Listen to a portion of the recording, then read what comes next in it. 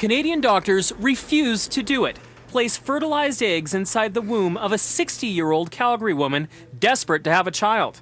Tonight in this Calgary hospital, Ranjit Hayar is calling herself a mother at last.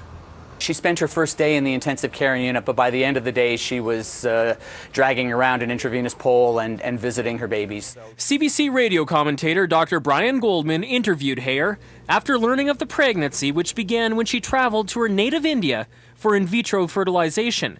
She returned carrying triplets, but it was a difficult pregnancy, complicated by diabetes and high blood pressure. Doctors removed one of the fetuses to better the odds for the other two. She was admitted to hospital in Calgary a month ago, where she explained through a translator in a radio interview that this was her last chance to have a child. I always said there should be a baby. I had my heart set on it. I wanted a baby.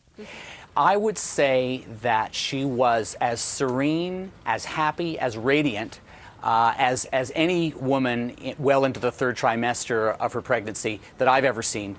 On Tuesday, she had twin boys, 7 weeks premature, with an emergency C-section. Tonight, there's debate about enabling older women to become new mothers. My initial reaction was, oh dear, the poor children. I'll say that quite frankly. As they get to high school age, the very existence of their parents is questionable. When it comes to reproductive liberty, the freedom to decide whether to have children or whether not to have children, and if so, when to have them and how many to have, that's a fundamental human right.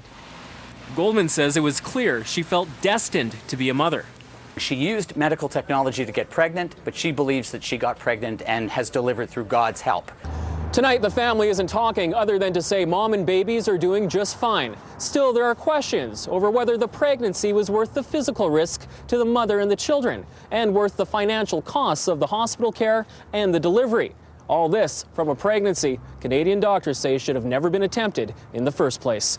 Cameron Macintosh, CBC News, Calgary.